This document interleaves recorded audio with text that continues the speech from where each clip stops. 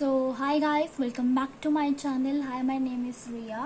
So hello guys, welcome to my YouTube channel.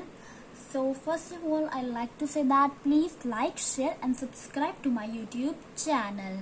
So without wasting any time, let's get started with the video. So in this video, we'll be doing chapter 1 of class 8th science. So yes, आज हम पढ़ेंगे science का chapter number 1 crop production and management. तो सबसे पहले मैं आपको आपके दो फ्रेंड से मिलवाती हूँ, जो कि है पहेली एंड दूसरा है बूजो। ठीक है, ये दोनों आपके क्या है, फ्रेंड्स हैं। सो गाइस, सो ये दोनों जो है ना, ये दोनों बच्चे कहा जाते हैं अंकल के हाउस में। उनके एक अंकल है, उनके घर में जाते हैं क्योंकि समर वेकेशन का टाइम हो रहा होता है। और उनके अंकल क्या है, उनके अंकल एक फार्मर है। ठीक है, एंड जब वो जाते हैं ना, तो वो देखते हैं कि उनके पास कुछ टूल्स पड़े हुए हैं। उन्होंने टूल्स देखे। सो टूल कौन कौन से देखे मैं आपको बता देती हूँ। उन्होंने टूल्स देखे लाइक खुरपी, sickle, shovel, plow, etc. in the field. ठीक है, so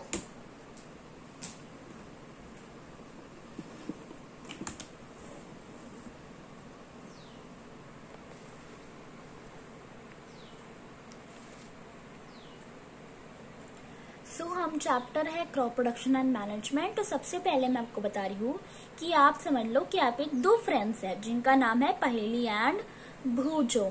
ठीक है, वो अपने अंकल के घर जाते हैं। कहाँ जाते हैं वो? अंकल के घर जाते हैं। और उनके समर वेकेशन का टाइम होता है और उनके अंकल क्या होते हैं, एक फार्मर होते हैं। सो जब वो जाते हैं ना, तो वो टूल्स देखते हैं। उन्होंने काफी सारे टूल्स देखे like khurpi, sickle, shovel, plough, ETC in the field। आप आगे अब आप स्लाइड्स में देखोगे इन टूल्स की पिक्चर्स। सो यस, तो वो ये दोनों बच्चे हैं ना, वो क्या कहते हैं कि उनको जानना है कि ये टूल्स कहाँ से आए एंड हम इनको कैसे यूज कर सकते हैं। ठीक है, तो ये हमारी इंट्रोडक्शन हुई हमारे ये दो फ्रेंड्स के साथ। सो अब मैं आपको बताती हूँ इसमें क्या लिख रखा है कि जैसे कि आपने पढ़ा होगा कि लिविंग ऑर्गेनिजम्स जो है उनको क्या चाहिए होता है, फूड चाहिए होता है। ठीक है, एंड वो फूड कैसे बनता है, प्लांट्स बनाते हैं फूड। कौन बनाते हैं? प्लांट्स बनाते हैं। ठीक है, सो आपको क्या याद है कि ये प्लांट्स जो है फूड कैसे बनाते हैं? तो सबसे पहले मैं आपको बता दूं कि ग्रीन प्लांट्स अपना फूड खुद बना सकते हैं विद द हेल्प ऑफ, यानी कि जिसको हम प्रोसेस बोलते हैं फोटोसिंथेसिस। इसकी हेल्प से ग्रीन प्लांट्स जो है अपना खाना खुद बना सकते हैं। तो आपको क्या ये प्रोसेस याद है फोटोसिंथेसिस का? सो गाइस, फोटोसिंथेसिस एक्चुअली होता क्या है, तो मैं आपको पहले ही एक्सप्लेन कर देती हूँ। सो फोटोसिंथेसिस एक ऐसा प्रोसेस है जिसमें जो ग्रीन प्लांट्स है ना, वो अपना खाना खुद बना सकते हैं with the help of these 4 things. So in 4 things के नाम है सनलाइट की हेल्प से, H2O को आपको पता ही होगा, H2O is water, plus CO2 की हेल्प से, CO2 आपको पता होगा carbon dioxide, and last is chlorophyll. So इन चारों की हेल्प से ग्रीन प्लांट्स अपना खाना खुद बना सकते हैं। उस प्रोसेस को हम क्या बोलते हैं? फोटोसिंथेसिस। सो ये तो हो गई हमारी इंट्रोडक्शन। अब हम आगे चैप्टर की तरफ बढ़ते हैं। सो अब हम पढ़ेंगे एग्रीकल्चर प्रैक्टिसेस, लेकिन हम उससे पहले जान लेते हैं कि ये एग्रीकल्चर जो है ये कहाँ से आया। सो टिल 10,000 BC पीपल जो थे नोमैडिक थे। नोमैडिक कौन होते हैं? नोमैडिक वो लोग होते हैं जो प्लेस टू प्लेस इधर से उधर घूमते हैं in search of food and shelter. ठीक है। सो नोमैडिक वर्ड जो है बहुत इंपॉर्टेंट है, इसकी डेफिनेशन भी आ सकती है, ठीक है। सो नोमैडिक कौन होते हैं? ऐसे लोग जो ग्रुप्स में घूमते हैं in search of food and shelter, एक जगह से दूसरी जगह तक घूमते रहते हैं। और वो क्या खाते हैं? वो सिर्फ रॉ फ्रूट्स खाते हैं, वेजिटेबल्स खाते हैं एंड फिर एनिमल्स को हंट करते हैं, ठीक है, फूड के लिए। और उसके बाद क्या हुआ, वो लैंड को कल्टीवेट करना शुरू कर दिया, ठीक है। उससे हमारा राइस प्रोड्यूस हुआ, व्हीट प्रोड्यूस हुआ एंड बहुत सारे फूड क्रॉप्स प्रोड्यूस हुए, और तब हमारा बॉर्न हुआ एग्रीकल्चर। सो पहले नोमैडिक थे, वो सिर्फ रॉ फ्रूट्स, वेजिटेबल्स ये सब खाना ही खाते थे एंड एनिमल्स को हंट करते थे ताकि उन्हें खाना मिल सके। और उसके बाद जैसे ही हमारा टाइम बढ़ता गया, आगे टाइम हमारा बढ़ता गया, तब लोग लैंड को कल्टीवेट करने लग गए। उसमें पहले उन्होंने किसकी प्रोडक्शन स्टार्ट करी? राइस की, व्हीट की, और ऐसे ऐसे करते करते वो बहुत सारे फूड क्रॉप्स की प्रोडक्शन स्टार्ट करते गए, और तब हमारा बॉर्न हुआ एग्रीकल्चर, ठीक है। सो अब हम पढ़ते हैं मेन इम्पोर्टेंट डेफिनेशन, जो कि आपके पेपर में आ ही सकती है 1 मार्क में, ठीक है। क्रॉप की डेफिनेशन समझते हैं।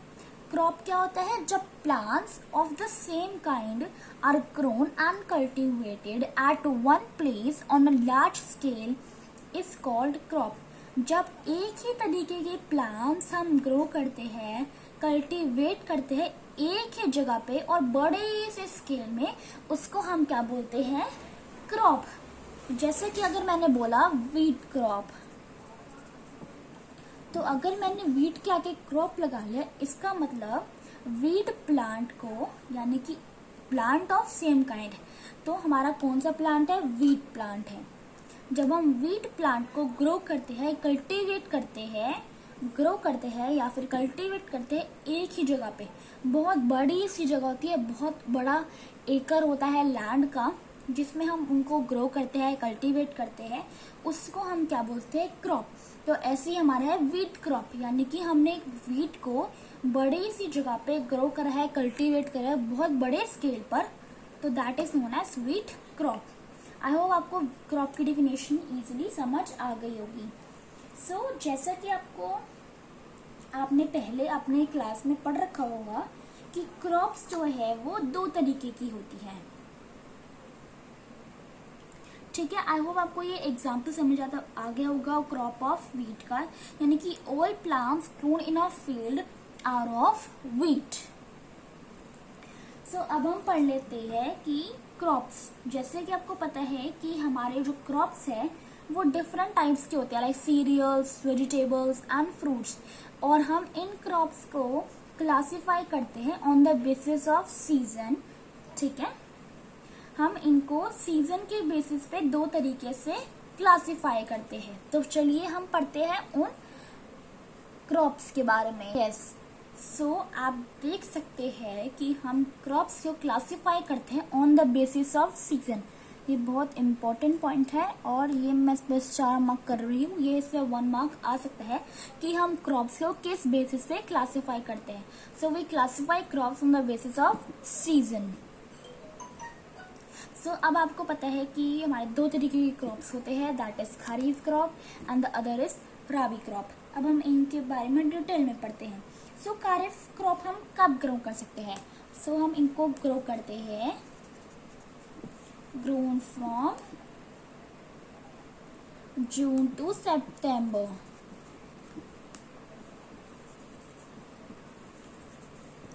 हम इनको जून टू सितंबर के मंथ में ग्रो कर सकते हैं, ठीक है। एंड उस टाइम जो हमारा सीजन होता है वो क्या होता है? Rainy season. एंड अब आप सोच रहे होंगे कि ठीक है, चलो इसको हम ग्रो कर सकते हैं जून टू सितंबर में, रेनी सीजन में हम ये स्पेशली ग्रोन होते हैं। अब आप सोच रहे होंगे इसके एग्जाम्पल क्या है। सो मैं आपको इसकी एग्जाम्पल बताती हूँ। सो इसके जो एग्जाम्पल है वो है मेज,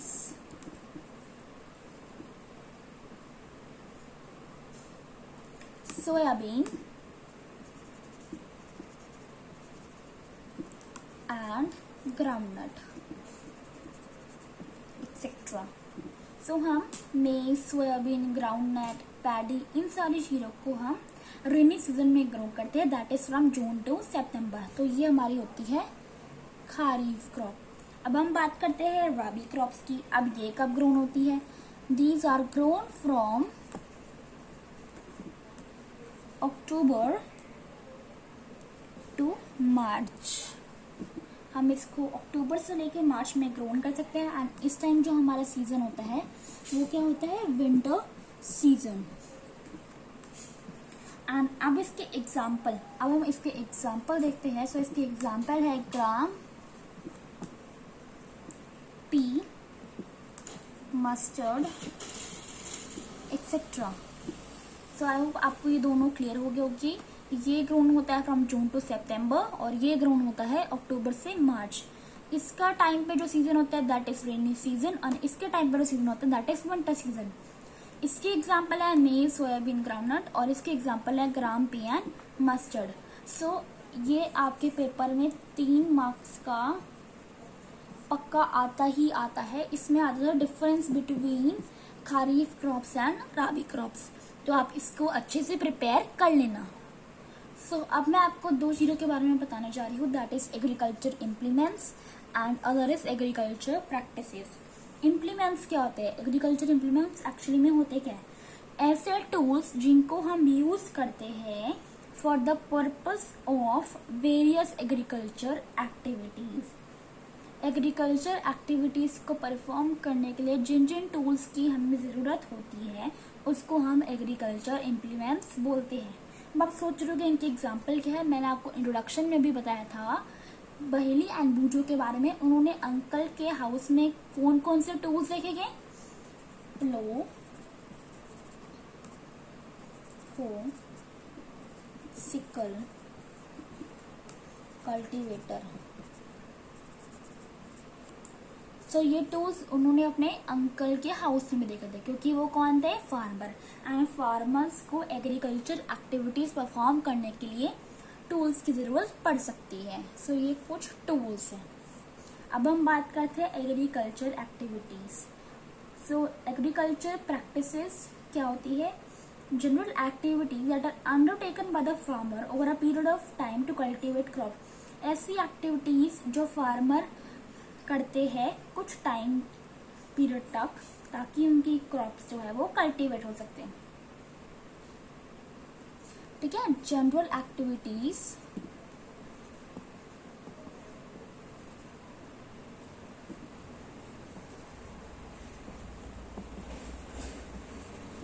undertaken by the farmer over a period of time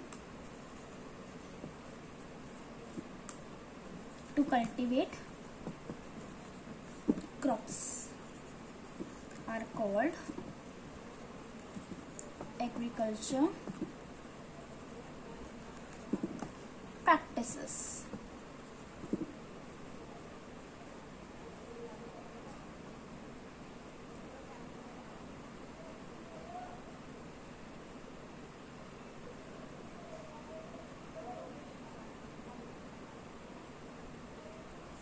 अब हम एग्रीकल्चर प्रैक्टिसेस के बारे में डिटेल्ड में पढ़ेंगे in the next upcoming video.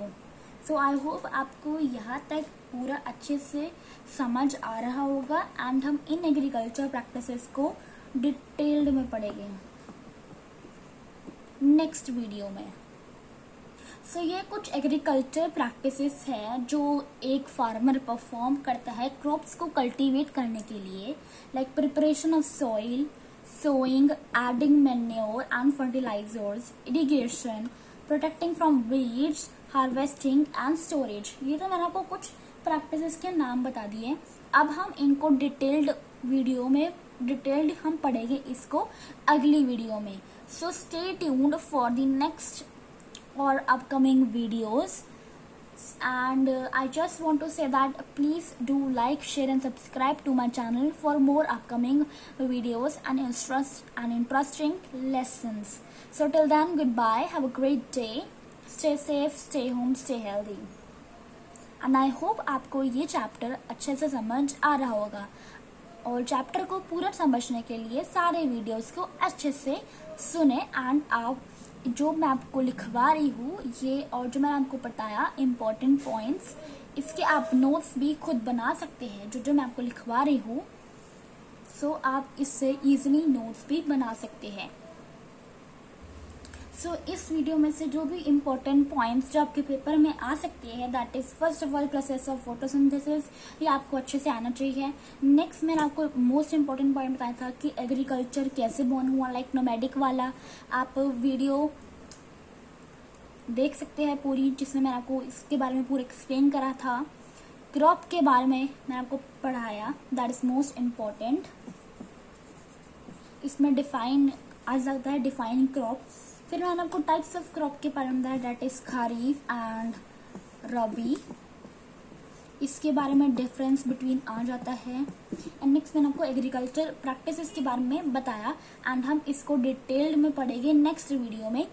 So I hope you like my video. Till then, like, share and subscribe to my YouTube channel, and goodbye. Have a great day. Stay safe, stay home, and stay healthy.